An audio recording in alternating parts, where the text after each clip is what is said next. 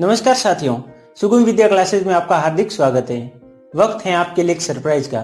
सुगम विद्या क्लासेज लेकर आ रहा है इंग्लिश ग्रामर का कंप्लीट कोर्स, जो कि बेसिक से एडवांस तक, जिसके अंदर आपको कंप्लीट कोर्स की प्रिपरेशन करवाई जाएगी आपके अपने सुगम विद्या क्लासेज के यूट्यूब चैनल पर। तो आप हमारे साथ जुड़े रहें और हमारे यूट्यूब चैनल को सब्सक्राइब करना ना भूलें। Thank you. हेलो नमस्कार साथियों, सुगम विद्या क्लासेज में आप सभी का हार्दिक स्वागत है। अपन पढ़ रहे थे वर्ब यानी क्रिया क्या होती है। तो पिछली वीडियो में मैंने आपको बताया था कि वर्ब क्या होती है, उसकी मैंने आपको डेफिनेशन बताई थी और उसके एग्जाम्पल थे वो भी मैंने आपको वहाँ पर बताए थे। और फिर मैंने आपको आगे बताया था कि वर्ब के कितने टाइप होती हैं। तो वर्ब दो टाइप की होती है। कौन कौन सी होती है? एक तो मेन वर्ब और प्रिंसिपल वर्ब, जिसे अपन मेन वर्ब भी बोल सकते हैं और प्रिंसिपल वर्ब भी बोल सकते हैं। और उसका सेकंड टाइप था एक्जुलरी वर्ब या फिर हेल्पिंग वर्ब, यानी जिसे अपन सहायक क्रिया बोलते हैं। तो आगे अपन ने उन्हें भी बहुत ही डिटेल से पढ़ा था और उसके बाद में अपन ने पढ़ी थी वापस मेन वर्ब यानी मुख्य क्रिया क्या होती है और उसके कितने टाइप होते हैं। तो जो मेन वर्ब थी वो अपन ने लास्ट वीडियो में पढ़ी थी और उसके दो टाइप थे। दो कौन कौन से थे? एक तो ट्रांजिटिव और एक था इनट्रांजिटिव। यानी ट्रांजिटिव को अपन बोलते हैं सकर्मक क्रिया, यानी ऐसी क्रिया यानी जिसके साथ में क्या होगा, ऑब्जेक्ट होगा, यानी ऐसी क्रिया जिसके सेंटेंस के अंदर ऑब्जेक्ट यानी कर्म होगा, उसे अपन ट्रांजिटिव वर्ब बोलेंगे। और इनट्रांजिटिव वर्ब किसे बोलेंगे? जिसके साथ में ऑब्जेक्ट यानी जो कर्म होगा वो नहीं होगा, उसे अपन इनट्रांजिटिव वर्ब बोलेंगे। तो उसके मैंने आपको एग्जाम्पल भी बता दिए थे। आज अपन आगे बढ़ते हैं। Transitive verb with double object, यानी ऐसी ट्रांजिटिव वर्ब जिसके साथ में क्या होगा, ऑब्जेक्ट डबल हो जाएगा। यानी ऐसा कोई भी सेंटेंस जिसके अंदर दो ऑब्जेक्ट होंगे तो उसे अपन बोलेंगे कि ट्रांजिटिव वर्ब के साथ में डबल ऑब्जेक्ट। कुछ ट्रांजिटिव वर्ब ऐसे होते हैं जिन्हें दो ऑब्जेक्ट की आवश्यकता होती है।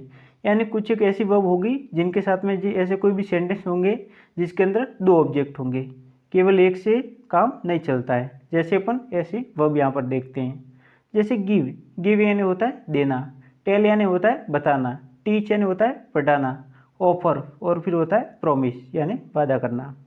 तो यहाँ पर जितने भी यहाँ पर वर्ब हैं उनके साथ में क्या होगा कि यहाँ पर जो ऑब्जेक्ट होगा वो हमेशा डबल आएगा। अपन यहाँ पर एग्जाम्पल देखेंगे, यानी एग्जाम्पल की ओर से समझेंगे। तो यहाँ पर पहला है एग्जाम्पल है Ram gave me a book, यानी राम ने मुझे एक किताब दी। तो यहाँ पर राम क्या है? राम एक सब्जेक्ट है। फिर गेव यानी एक ट्रांजिटिव वर्ब है। क्या है यहाँ पर? एक ट्रांजिटिव वर्ब। फिर है मी। मी यहाँ पर शॉर्ट फॉर्म में मैंने लिखा है आई ओ, यानी इनडायरेक्ट ऑब्जेक्ट। और फिर ए बुक यानी ये क्या है? डी ओ, यानी डायरेक्ट ऑब्जेक्ट। यानी राम ने मुझे एक किताब दी। तो राम यहाँ पर एक सब्जेक्ट हो गया अपन का, गेव हो गया वो वर्ब हो गया, और मी एक ऑब्जेक्ट है, और ए बुक भी एक ऑब्जेक्ट है। लेकिन मी है वो एक इनडायरेक्ट ऑब्जेक्ट है, और जो यहाँ पर ए बुक है वो क्या होगा? वो डायरेक्ट ऑब्जेक्ट होगा। तो इसी तरीके से ये भी पीछे यहाँ बाकी एग्जाम्पल है वो भी सेम इसी तरीके से हैं। They asked me A questions, यानी वो उन्होंने मेरे से क्वेश्चंस पूछा। तो यहाँ पर दे हो गया सब्जेक्ट, आस्क यहाँ पर हो गया वर्ब, और मी ऑब्जेक्ट है। मी कौन सा ऑब्जेक्ट है? इनडायरेक्ट ऑब्जेक्ट है। और ये क्वेश्चंस हो गया वो डायरेक्ट ऑब्जेक्ट हो जाएगा। शी ब्रॉट अस फूड, यानी वह हमारे लिए खाना लेकर आई।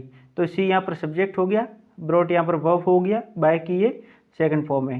अस ये हो गया इनडायरेक्ट ऑब्जेक्ट, और जो फूड हो गया वो एक डायरेक्ट ऑब्जेक्ट हो जाएगा।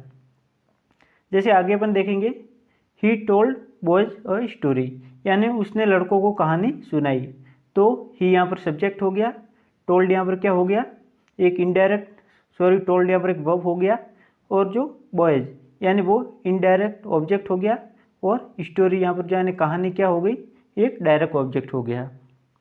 The magistrate fine them 50 rupees, यानी जो मजिस्ट्रेट ने उनसे 50 रुपीज़ यानी 50 रुपये का फाइन किया। तो मजिस्ट्रेट क्या हो गया? यहाँ पर सब्जेक्ट हो गया, फाइन एक वर्ब हो गया, देम यहाँ पर हो गया इनडायरेक्ट ऑब्जेक्ट, और जो 50 रुपीज़ यहाँ पर हो गया वो डायरेक्ट ऑब्जेक्ट हो जाएगा। The news caused him trouble, यानी न्यूज़ ने उसे बहुत परेशानी में डाल दिया। तो न्यूज़ यहाँ पर सब्जेक्ट हो गया, कोज्ड यहाँ पर वर्ब हो गया, हिम यहाँ पर ऑब्जेक्ट यानी इनडायरेक्ट ऑब्जेक्ट, और जो ट्रबल हो गया वो डायरेक्ट ऑब्जेक्ट हो गया। आई टॉट स्टूडेंट इंग्लिश, यानी मैंने स्टूडेंट यानी बच्चों को इंग्लिश पढ़ाई। तो आई क्या हो गया यहाँ पर सब्जेक्ट, टॉट यहाँ पर हो गया वर्ब, और स्टूडेंट इनडायरेक्ट ऑब्जेक्ट और इंग्लिश डायरेक्ट ऑब्जेक्ट।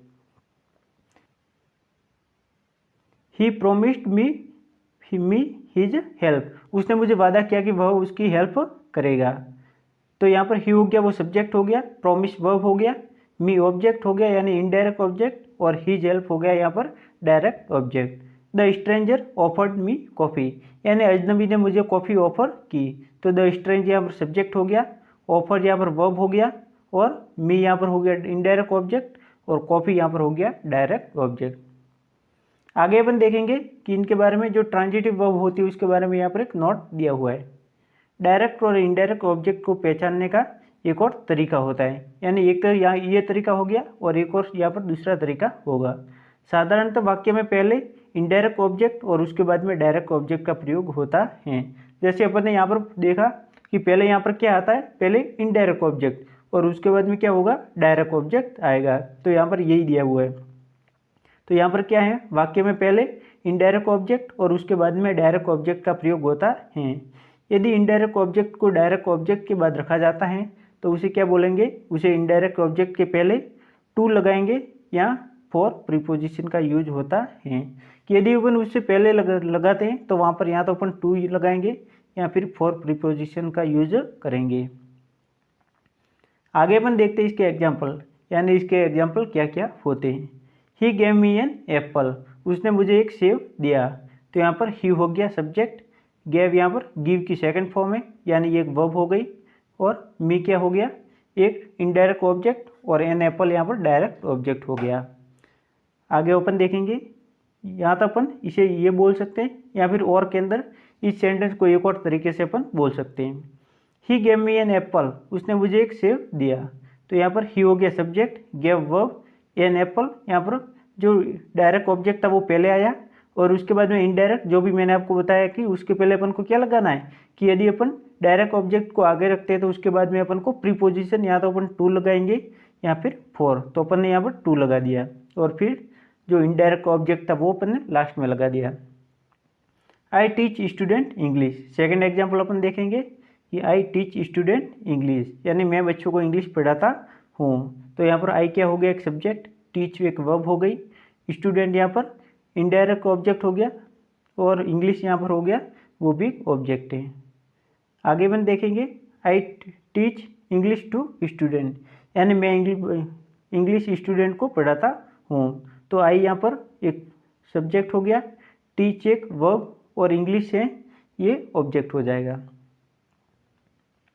आगे अपन इसके और एग्जाम्पल देखते हैं, यानी more example. I am a teacher, यानी मैं एक अध्यापक हूँ। तो आई सब्जेक्ट हो जाएगा, एम एक हेल्पिंग वर्ब है, और ए टीचर एक ऑब्जेक्ट हो जाएगा। आई एम टीचिंग, यानी मैं पढ़ाता हूँ। तो आई सब्जेक्ट हो जाएगा, एम एक हेल्पिंग वर्ब, और टीचिंग एक मेन वर्ब हो जाएगा। राम हैज़ अ बैग, यानी राम के पास में एक बैग है। तो राम सब्जेक्ट है, हैज़ एक यहाँ पर अपन इसे हेल्पिंग वर्ब नहीं मानेंगे क्योंकि इसके हैज़ के अलावा कोई दूसरी यहाँ पर वर्ब नहीं है। तो हैज़ एक मेन वर्ब मानी जाएगी, और ए बैग एक object. Ram has done it, यानी राम ने यह काम कर लिया। तो राम एक सब्जेक्ट है, और जो हैज़ यहाँ पर हेल्पिंग वर्ब मानेंगे क्योंकि डू की यहाँ पर थर्ड फॉर्म दी हुई है। तो इसलिए यदि मेन वर्ब कोई भी सेंटेंस के अंदर होती है तो इसके आगे वाली वर्ब होगी उसे अपन क्या मानेंगे, उसे अपन हेल्पिंग वर्ब यानी एक्सिलरी वर्ब मानेंगे। आगे अपन देखेंगे he has been an engineer, यानी वह इंजीनियर रह चुके हैं। तो ही यहाँ पर सब्जेक्ट हो गया, हैज़ यहाँ पर, हैज़ बीन यहाँ पर क्या है, एक मेन वर्ब अपन मानेंगे, और एन इंजीनियर एक ऑब्जेक्ट है। हैज़ बीन को अपन ने मेन वर्ब क्यों माना, क्योंकि इसके अंदर दूसरी कोई वर्ब दी हुई नहीं है। आगे है वी हैव नो मनी, यानी हमारे पास पैसे नहीं हैं। तो यहाँ पर वी सब्जेक्ट हो गया, हैव यहाँ पर एक मेन वर्ब हो गई, और नो मनी ऑब्जेक्ट हो गया। करीम राइट्स अ लेटर, यानी करीम पत्र लिखता है। तो करीम यहाँ पर सब्जेक्ट हो जाएगा, राइट्स यहाँ पर वर्ब हो जाएगी, और जो ये लेटर है वो ऑब्जेक्ट हो जाएगा। आगे हैं हु इज गोइंग देयर, यानी वहाँ कौन जा रहा है। तो हु यहाँ पर सब्जेक्ट हो जाएगा, या फिर अपन इसे WH वर्ड भी अपन बोल सकते हैं। फिर इज हेल्पिंग वर्ब, और गो की फोर्थ फॉर्म यानी वर्ब की फर्स्ट फॉर्म के साथ में ING, यानी गोइंग ये वर्ब हो जाएगी, और देयर एक ऑब्जेक्ट हो जाएगा। The Ramayana was written by Valmiki, यानी रामायण थी वो वाल्मीकि द्वारा लिखी गई थी। तो रामायण यहाँ पर सब्जेक्ट हो जाएगा, वॉज यहाँ पर हेल्पिंग वर्ब और राइट की थर्ड फॉर्म में रिटन बाय वाल्मीकि, तो यहाँ पर ये वर्ब और ये ऑब्जेक्ट हो जाएगा। लास्ट एग्जाम्पल अपन देखते हैं, आई टीच ग्रामर, यानी मैं आपको ग्रामर पढ़ाता हूँ। तो आई सब्जेक्ट हो गया, टीच यहाँ पर वर्ब और ग्रामर ऑब्जेक्ट हो गया। तो आज अपन ने पढ़ा वर्ब यानी क्रिया क्या होती है। उसके बाद में मैंने आपको बताया कि ट्रांजिटिव वर्ब ऐसी होती है जिसके अंदर क्या होते हैं, डबल ऑब्जेक्ट होते हैं। डबल ऑब्जेक्ट यानी ऐसा कोई भी सेंटेंस जिसके अंदर दो ऑब्जेक्ट होंगे, एक तो डायरेक्ट ऑब्जेक्ट और एक होगा इनडायरेक्ट ऑब्जेक्ट। उसके बाद में मैंने आपको सेंटेंस बताए कि यानी अपन सेंटेंस से कैसे समझते हैं। उसके बाद में उसका मैंने नोट बताया, जो नोट वहाँ पर कि ऐसा कोई भी डायरेक्ट ऑब्जेक्ट होगा जो यदि अपन पहले लगाना चाहते हैं तो वहाँ पर प्रीपोजिशन या तो अपन टू का यूज करेंगे या फिर फोर का। उसके बाद में अपन ने सेंटेंस से भी इसे अच्छे से समझा। और जो उसके बाद में मोर एग्जाम्पल यानी और भी उसके कुछ ज़्यादा एग्जाम्पल थे वो अपन ने देखे। तो आज यहाँ पर जो वर्ब के रूल्स जितने भी रूल्स थे वो यहाँ पर कंप्लीट होते हैं, और जो अपनी नेक्स्ट वीडियो होगी उसके अंदर मैं आपको और इसकी वर्ब लिखवाऊंगा, यानी जितनी भी वर्ब होती है वो मैं अगले वीडियो में आपको लिखवाऊंगा भी।